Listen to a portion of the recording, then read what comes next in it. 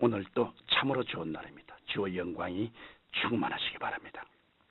저는 오늘 하나님을 찾으라는 제목으로 여러분과 함께 은혜를 나누고자 합니다. 본문 말씀은 구약 성경 아모스 5장 1절로 15절입니다. 야훼께서 이스라엘 족속에게 이르시기를 너희는 나를 찾으라 그리하면 살리라. 구약 시대의 북이스라엘 민족은 여로보암 2세 때 국제 정세가 안정되고 나라가 매우 풍요로워 이전 솔로몬 시대의 번영을 다시금 구가하게 되었습니다. 그러나 이스라엘 민족의 이러한 풍요는 곧 극심한 사치와 방탕으로 이어졌으며 무엇보다 야훼 신을 예배하는 것보다 우상을 더욱 숭배하게 됨으로써 하나님 목전에 큰 죄악을 범하게 되었습니다. 이에 아모스 선지자는 이스라엘 민족을 향해 하나님의 심판을 피하고 참 삶의 길을 찾아 나서라고 담대히 외쳤습니다. 오늘 우리는 아모스 선지자를 통해 당시 이스라엘 민족에게 깨우쳐 주었던 참 삶의 길, 생명의 길을 교훈으로 배울 수 있는 것입니다. 우리가 참 삶의 길에 들어서기 위해서는 무엇보다 먼저 야훼 하나님을 찾아야 합니다. 오늘 본문 말씀에 보면 죄악에 빠져 죽음을 면할 수 없는 이스라엘 민족을 향해 하나님께서는 너희는 나를 찾아라 그러면 살리라고 누누이 말씀하고 계십니다. 하나님을 버리고 떠난 것이 모든 죄악의 근원이요 죽음의 원인이 되는 것입니다. 하나님을 떠나서는 어떤 인간도 평화를 얻을 수 없고 생명을 존속할 수 없습니다. 이것은 생명의 근원이 바로 하나님이시기 때문입니다. 이러므로 성경 예레미야 2장 13절에 내 백성이 두 가지 악을 행하였나니 곧 생수의 근원이 되는 나를 버린 것과 스스로 웅덩이를 판 것인데 그것은 물을 저축지 못할 터진 웅덩이라고 말씀하고 있는 것입니다. 이스라엘 백성들이 야훼 하나님을 떠나 자신의 뜻대로 살고자 했을 때 그들 앞에 다가온 결과는 멸망이었듯이 오늘날 많은 사람들이 하나님을 모르고 삶의 방향을 상실한 채 바람 부는 대로 물결 치는 대로 살아가는 자들에게는 허망한 죄의 삭신 멸망밖에 없는 것입니다. 저는 얼마 전 공산주의 본산이었던 소련의 크렘린 궁에서 복음을 전하고 돌아오는 동안 구소련의 경제가 말할 수 없이 낙후된 것을 보고 참으로 놀랐습니다. 소련에서는 비행기에 금유할 능력이 없어서 모든 비행기가 공항에서 잠을 자고 있고 초저녁만 되면 비행장의 모든 불을 다 소동할 정도로 경제 사정이 악화되어 있습니다. 비행기 한 대를 하늘에 띄우기 위해서는 다른 비행기의 부품을 빼내어 낡은 부품을 교체시켜야만 가능할 정도였습니다. 더욱이 사람들의 월급은 10달러에서 많아야 30달러 이하입니다. 우리나라 돈으로 약 2만 4천 원도 안 되는 돈으로 한 달을 살고 있는 것입니다. 참으로 거지와 다름없는 비참한 생활이었습니다. 저는 소련 국민들의 이러한 처절한 삶을 목도하면서 과연 하나님이 없다고 외치던 국가의 국민들의 최후가 얼마나 비참한 것인가를 실감했습니다. 성경 말씀대로 하나님이 없다 하는 자는 참으로 어리석은 것입니다. 이러므로 우리는 참 삶을 얻고 영원한 생명을 수여하기 위해 하나님을 찾아야만 합니다. 하나님께서 보내신 독생자 예수 그리스도를 굳게 믿는 자들이 되어야 할 것입니다. 또한 우리가 하나님을 찾고 만나기 위해서는 온갖 우상을 버려야 합니다.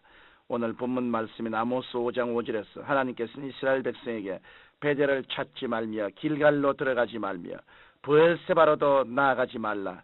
길갈은 정령 사로잡히겠고 베델은 허무하게 될 것임이라고 말씀하셨습니다.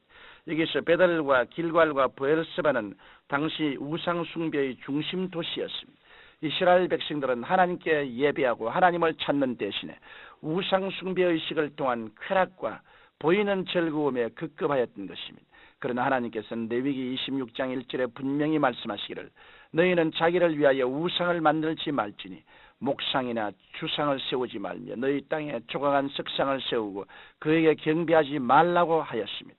그리고 하나님께서는 이스라엘 백성들이 자신보다 다른 신을 섬기고 우상을 숭배할 때마다 크게 진노하시고 엄중히 심판하시던 것입니다. 우상은 헛되고 거짓된 것으로 그것을 숭배하는 자는 결코 참 생명을 얻을 수 없는 것입니다. 그러나 오늘날 많은 사람들이 우상을 숭배하고 있습니다. 그들은 보이지 않는 하나님 대신 온갖 세속적인 것을 우상시하여 참 만족을 얻고자 하고 있습니다. 어떤 사람들은 물질을 하나님보다 더 숭배합니다. 또 어떤 사람들은 세상적인 쾌락과 권력을 추구하기에 정신이 없습니다. 10대 어린 청소년들까지도 록 음악에 도취하여 학업을 멀리하고 도덕과 성윤리까지 저버리고 있습니다. 그러나 하나님보다 온갖 탐욕을 추구하는 우상 숭배자들은 절대로 참 생명의 삶을 지닐 수 없습니다. 인간의 욕망은 터진 웅덩이와 같아서 아무리 채워 넣어도 결코 만족함을 얻을 수 없기 때문입니다. 이러므로 우리는 하나님을 전적으로 신뢰하고 그분만을 섬김으로 참된 생명을 소유해야 하겠습니다. 이와 함께 우리가 참 삶의 힘을 얻기 위해서는 하나님의 공의를 실천해야 합니다. 오늘 본문 말씀인 아모스서 5장 7절에서 하나님께서는 타락한 이스라엘 백성을 향해 공법을 인진으로 변하며 정의를 땅에 던지는 자들아 하고 책망하고 계십니다. 그들은 백성들을 잘 다스리고 보호해야 할 공법을 인진 즉 선 독초로 변질시켜 편법과 불의가 난무한 사회가 되게 하였습니다. 정의가 땅에 떨어지고 불의가 독초처럼 번창한 사회는 썩은 사회요 죽은 사회입니다. 이러한 사회와 국가는 하나님의 심판을 면할 수 없으며 필연적으로 멸망하게 마련인 것입니다. 소비에트 연방이 지구상에서 영원히 사라진 것은 그 나라의 법이 바로 시행되지 못하고 공의가 쓰지 못하기 때문인 것입니다. 법이 공정히 시행되느냐 그렇지 않느냐에 따라 나라의 운명은 좌우됩니다. 그리고 무엇보다 그 법이 하나님의 명하신 율법의 정신에 따라 제정되고 시행될 때 국가는 번영하고 국민은 행복하게 살게 되는 것입니다.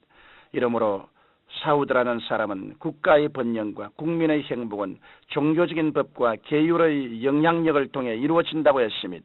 성경 에레미야 4장 2절에도 진실과 공평과 정의로 야훼의 삶을 가리켜 맹세하면 열방이 나로 인하여 스스로 복을 빌며 나로 인하여 자랑하리라고 말씀하고 있는 것입니다. 나라의 발전과 번영은 국민이 얼마나 하나님의 말씀을 잘 지키는가에 달려있는 것입니다. 이런 의미에서 우리 그리스도인들은 하나님의 공의를 이 땅에 바로 세움으로써 빛과 소금의 역할을 다해야 하겠습니다. 그리스도인들이 이 사명을 다할 때 하나님의 놀라우신 축복은 이 나라에 넘쳐나게 될 것입니다. 사랑하는 청취자 여러분, 하나님께서는 너희가 전심으로 나를 찾고 찾으면 나를 만나리라고 말씀하고 있습니다. 우리가 자신을 의지하지 않고 애써 하나님을 의지하고 찾게 되면 우리는 하나님을 반드시 만나게 되는 것입니다. 우리가 하나님을 만남으로 인간적인 온갖 탐욕을 버리고 하나님의 말씀에 따라 바르게 살아갈 때 하나님께서는 우리에게 참된 삶을 약속하시며 축복해 주실 것입니다. 거룩하신 아버지 하나님, 이 온탁하고 어둡고 캄캄한 세대 중심으로 회개하고 하나님을 찾고 하나님 중심으로 서고 하나님 우리 아버지를 섬기는 삶을 살게 하여 주옵소서. 예수님 이름으로 기도드립니다. 아멘.